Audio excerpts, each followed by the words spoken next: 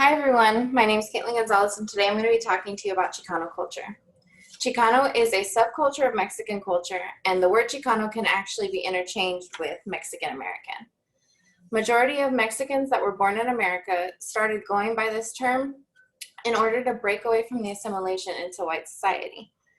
In the 30s and 40s, it was used for some pachucos during the Zoot Suit era. Pachucos was a term used to describe Chicanos that took part in this, the Zoot Suit riots and the era in general, because they did not believe in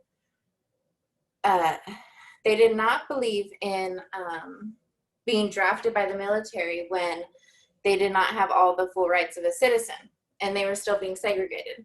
Some Black Americans also took part in this, and what they would do was wear very fancy suits. And during this time, it was the Great Depression, and majority of American resources were going to the war overseas, which was World War II.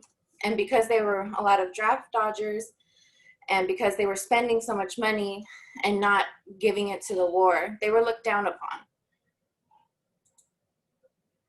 In the 60s and 70s, the term Chicano became popular again, and Mexican Americans would use it to reclaim their indigenous roots. They celebrated ethnic solidarity, cultural pride, and political empowerment through this word.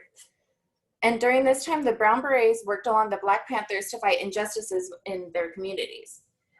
In the 1990s, the Chicano movement became prevalent again, and during this time is when they developed the Chicano studies courses at most colleges. The artifact that I'm going to talk about today is the brown beret. It is a hat you can see right here, and it's basically just a normal brown hat, but it has a very big symbolism in the Chicano culture because of these people right here. This is a group called the Brown Berets.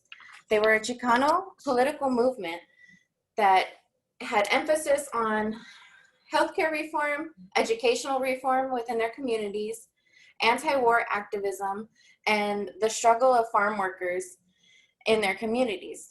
Also, they worked to protest against police brutality. The Brown Berets and Black Panthers hosted a lot of different peaceful protests in order to get the word out about police brutality and how it affected their communities so much.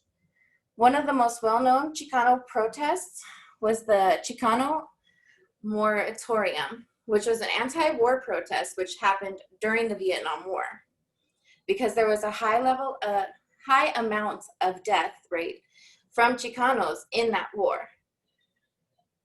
They also held the national moratorium, which over 20,000 Chicanos attended.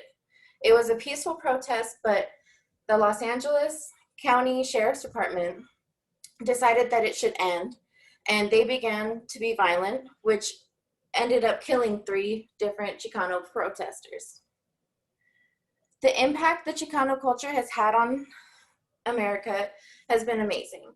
Over the past almost 100 years, our culture has come to the forefront and really developed in its own way. The National Farm Workers Union and the Civil Rights Movement were very, very big for our communities, and it helped educational reform, and the farm workers got better treatment after it.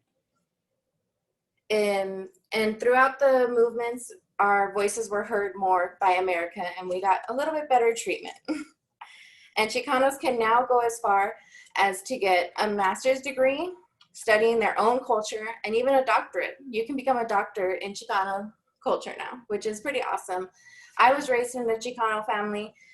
My grandfather fought in World War II, and my uncle fought in the Vietnam War. And it's very important to us that we have our own little section in America. Thank you.